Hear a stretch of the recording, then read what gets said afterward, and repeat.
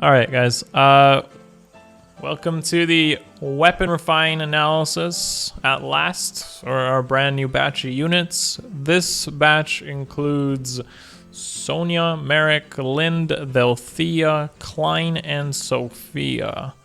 I wouldn't call this the most outstanding weapon refine series we've had, but at least it does have some cool things to consider.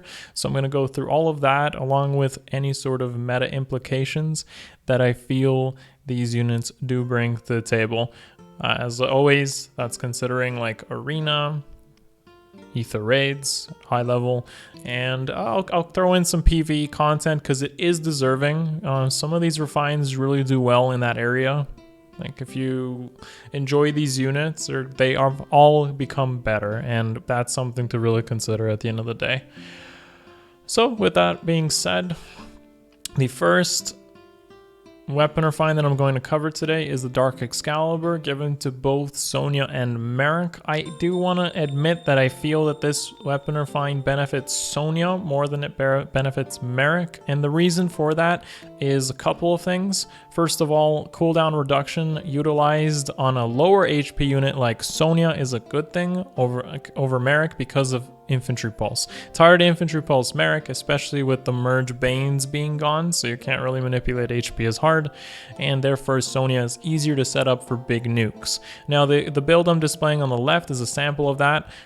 You have Blazing Wind, Life and Death, Chill Res, Attack 3. You've probably seen this in maybe some of the Lilina or gameplay videos I've showcased before. This is very common. It's pretty much like a green version of both Lilina and Ophelia, and I feel like Sonya may make more of an appearance, especially if she becomes more available in the future, whether that's through demotions or the banner coming up and whatnot. Sonya is definitely in that place to fit in with that trifecta, although I do think Deirdre and Julia are both exceptionally good as well in the green, but Sonya is no slouch and requires less of a setup, so I gotta give credit for that where it's due.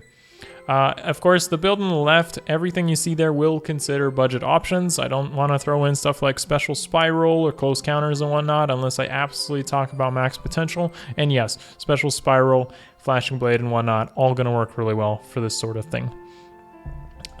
Secondary to this is a self-sufficient build that doesn't require team comps using infantry pulse and whatnot, which is showcased over here. So this is a Fury to upgrade Iceberg's damage, attack speed, low HP, enter Desperation. Quick Impulse means with the Dark Excalibur Refine, you pretty much have a turn 1 Iceberg. You could even use this on enemy phase without Quick Impulse and run something else like Attack Speed Bond or Attack Defense Bond, or even Brazen Attack Res to work with Fury Desperation pretty well. Those are all things to consider, and honestly I think they are all good in their own right.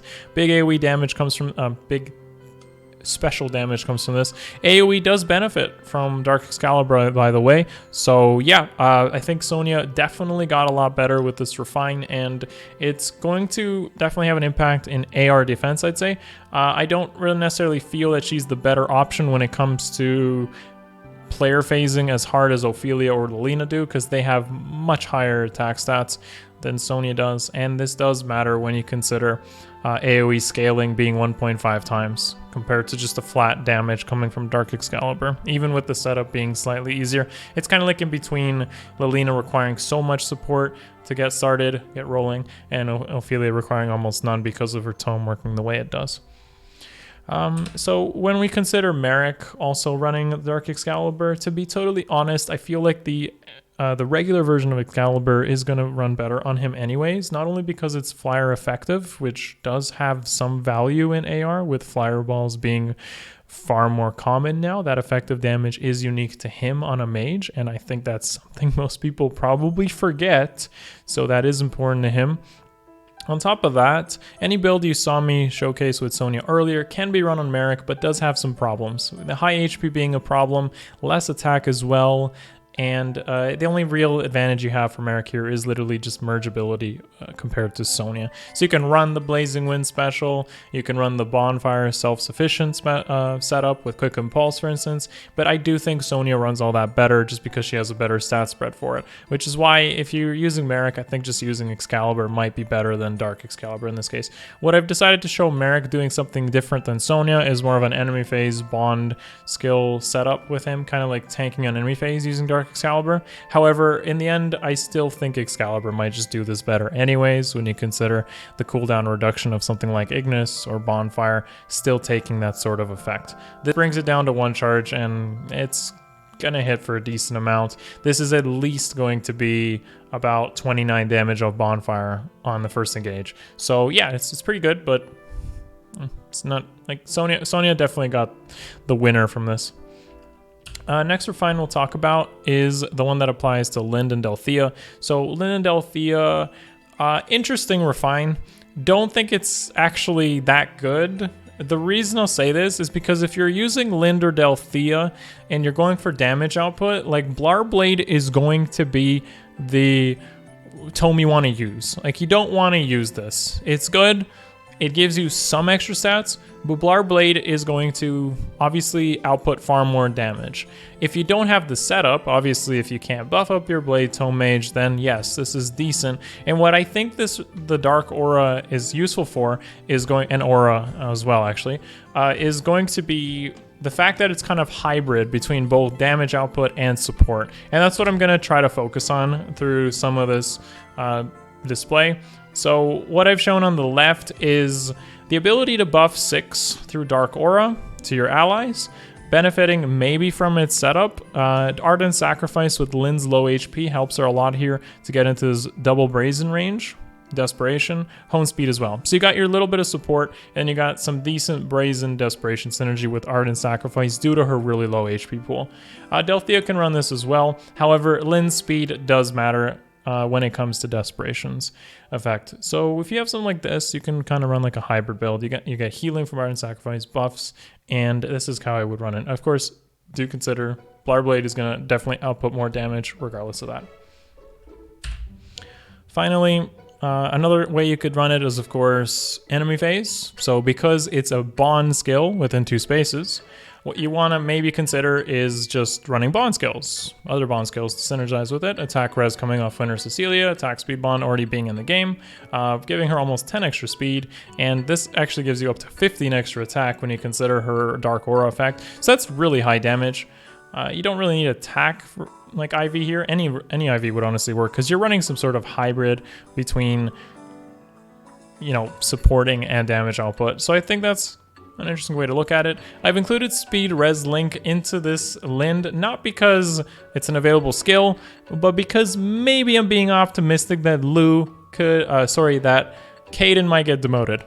We'll find out even before this gets uploaded.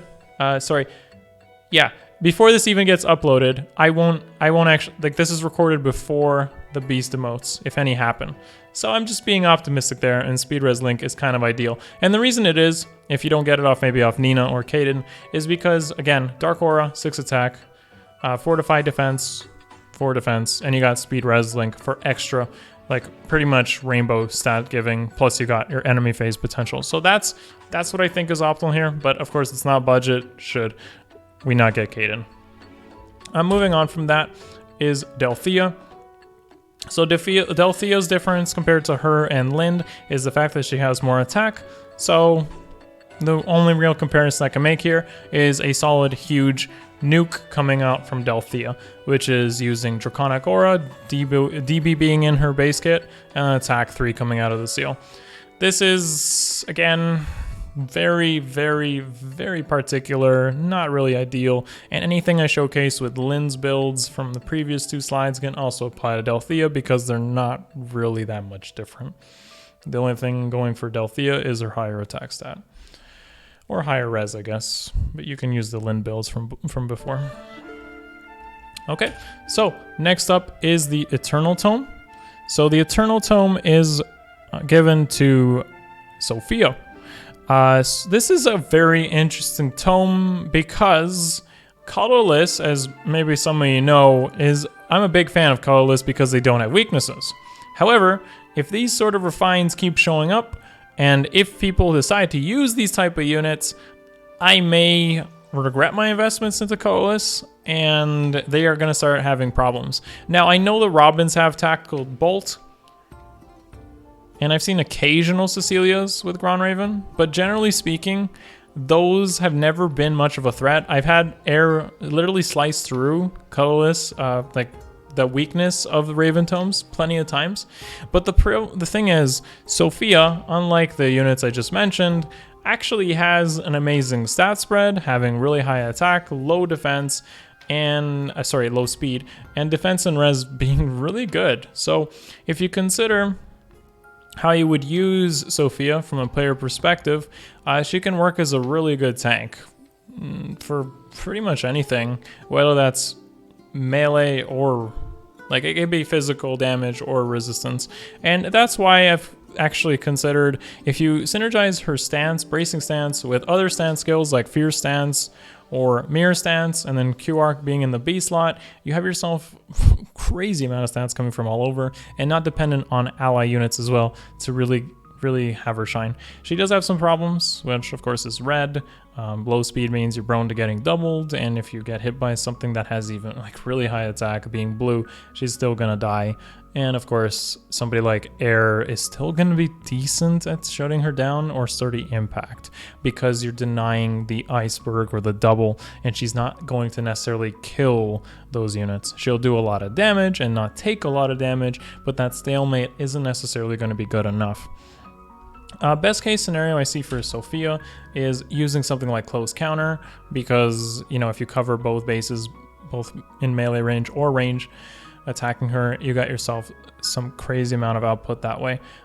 What I'm showcasing here is probably the best case scenario you could see for Sophia, which is on an AR defense team, completely shutting down air as a bonus unit, and that's really good. A frontline Sophia like this, and I don't want to see this, is not killable by air. Like, it's just not going to happen, especially with dull range being there. Glacies, especially if it was pre-charged. Even with 2 Dumas, you could still try to manage some infantry pulses in there. It'd have to be some high HP units, maybe Ninian, Sylvia, Sela, for instance, to get her to hit those sort of things. But you only need to bring it down to 1 charge, and then that would instantly kill any airs that try to snipe her. Not to mention, there's other colorless units as well that may make more of a return when it comes to AR. They're generally pretty good, so yeah, this is pretty scary. I don't want to see this, and it will be impactful. On top of that, Sophia could actually work as an AR offense unit as well. She does have the right stat spread for tanking with a lot of support, especially considering bracing stance as it is already on her kit. Raven Tome works against stuff like Veronica, works like against Linde and whatnot, and you may be experiencing stuff like that. So if you are, Sophia is a good answer to a lot of that. Finally, the last refine, and maybe the most talked about, I am fairly indifferent about this one. I would say that it's not necessarily the most amazing refine, and that's only because Klein's stat spread doesn't do him any favors for this. His attack stat at base is 31, and then with an attack up, it's a 34.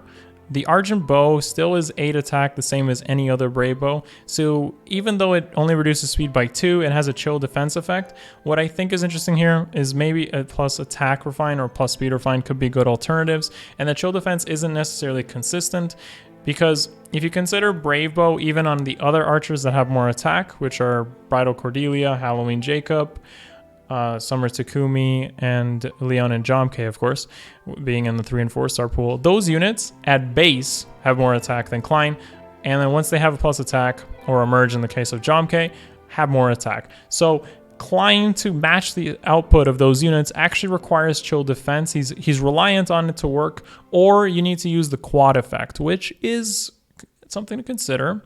However, the speed difference between him and like Jomke, for instance, is 3 speed, and he doesn't even outspeed Bridal Cordelia, which is kind of sad. Bridal Cordelia still being a pretty decent unit when you consider her stat spread, still pretty min-maxed.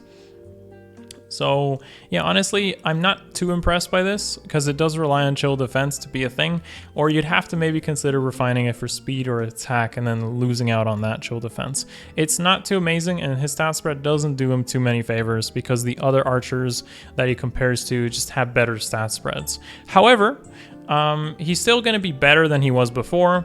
And honestly, I'm not a huge fan of the fact that you'd have to merge him up to make him comparable to the other archers, because you'd be giving away some pretty good fodder. It's like Deathblow 3 is still unique to him, still pretty hard to get, and there's definitely a few units that would use it pretty well. So again, it's better. He's good. He's a good Braybo user now, but you have other options. Okay, I do want to mention though, probably the best way to use them is going to be as a support unit, because chill defense in the weapon is nice, especially since a lot of bonus units tend to be physical damage based. So if you want to commit to a +10 Klein with C dual infantry, that is something to consider. Chill defense on a weapon is nice. You can give them other stuff like chill attack. I've included attack, feint there, and rally up res is kind of like a signal that Lou may get demoted. Probably not. But anyways, if it does, just you can always replace those with other chills or rally up pluses and whatnot. Best case scenario for this guy here is definitely the amount of debuff potential he can do. And since his attack stat isn't something crazy, it's hopeful that you don't kill in a double or hopefully a quad. If he quads too often, you can use Water Sweep or Wind Sweep to deny that, combined with like a Poison Strike. And yeah, of course you could always use a different IV from Pulse Attack, but I'm not a huge fan of that, because if you do, you're pretty much gimping him from not utilizing his maximum potential in arena, outside of arena, which could be an AR or abyssals or that kind of stuff. So Klein is better, but not necessarily that much better than what's already available to you as an option. Like Leon and Jomke still going to be really good options, and I do highly recommend them. On top of that, I'm not even considering just the Braybo builds compared there, where Klein does outperform them with a chill defense, but you also got to consider the flexibility in builds as well. So like Jomke, for instance, runs close counter advantage amazingly well. I've showcased this a lot in the Twitch streams. He's great, really good meta unit, close counter advantage, shutting down a lot of fireball teams, which I did show in my AR defense video. So if you haven't seen that as well. And then I don't feel like Klein does that like even at all comparably, because his attack stat is significantly worse. And that matters a lot when you're running a Vantage build where you need to absolutely one-shot things. And I'm not talking strictly against flyers and effective damage, because I think Klein could do it well. Like any archer would honestly not have much of a problem there. It's more than just that. So yeah, flexibility in builds is also a big thing to consider. Do you just want to lock yourself into a Braybo user forever? Like that's why I don't really, not a big fan of Klein as all. But that's my take on him. You can feel free to let me know what you think of these weapon refines in the comments below. As always, Discord as well. Join the discussions if you feel like there's something you want to add, or even ask me some questions there personally. I'm always there in my personal Discord answering questions, because I have a channel dedicated to that. So feel free to join it. On top of that, you know, leave anything else, maybe some units you look forward to seeing with weapon refines in the future. I'm still looking for a lot of Fates retainers to still get weapon refines. I'm glad that Niles did, but we still have plenty more that could use them. Hannah, Laszlo, Tsubaki, Baruka, you know, there's still plenty more to see. So feel free to let me know what you're pending in to look forward to. Give the video a thumbs up, subscribe to the channel if you haven't already, and I will see you guys in the next vid. Thanks for watching, guys.